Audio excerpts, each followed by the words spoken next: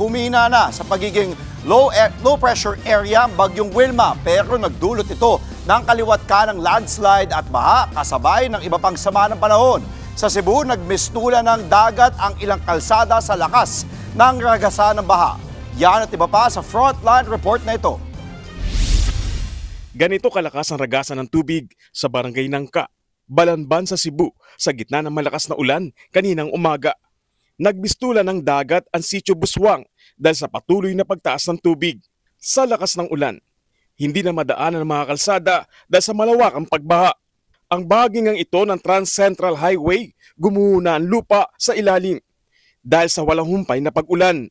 Pati ang ilang daanan, tinabunan na ng gumuhong lupa mula sa bundok. Perwisyo tuloy yan sa ilang motorista. Ang bayan ng Minglanilla hindi rin nakaligtas sa landslide. Malalaking tipak ng bato at putik ang humambalang sa ilang kalsada. Sa Bicol naman, kita rin sa videong ito ang pagguho ng lupa sa Santo Domingo, Albay. Sa kasagsagan pa rin yan ng malalakas na pag-ulan.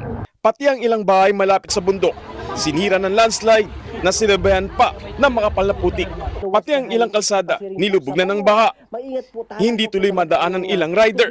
Hanggang sa Catanduanes, nag-collapse na rin ang mga lupa sa tabi ng highway. Sinara na muna yan sa mga daraang motorista. Sa bayan ng Karamoran, nagsilambutan naman ang mga lupa sa paligid ng mga bahay. Pinasok na rin ng abot-tuhod na baha ang mga bahay dahil sa magdamagang malakas na ulan. Sa Quezon Province, umapaw pa maraming ilog sa ilang barangay. Umabot na ang baha sa kabahayan.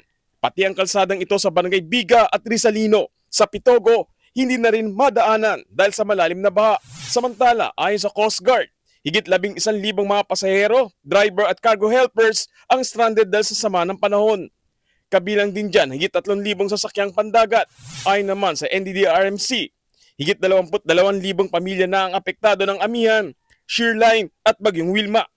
Higit 900 dyan ang inilikas na sa mga evacuation centers. Nagbabalita mula sa Frontline, Gary De Leon, News 5. Mga kapatid, Andre Felix po, iba na ang may alam at may pakialam sa panahon ngayon.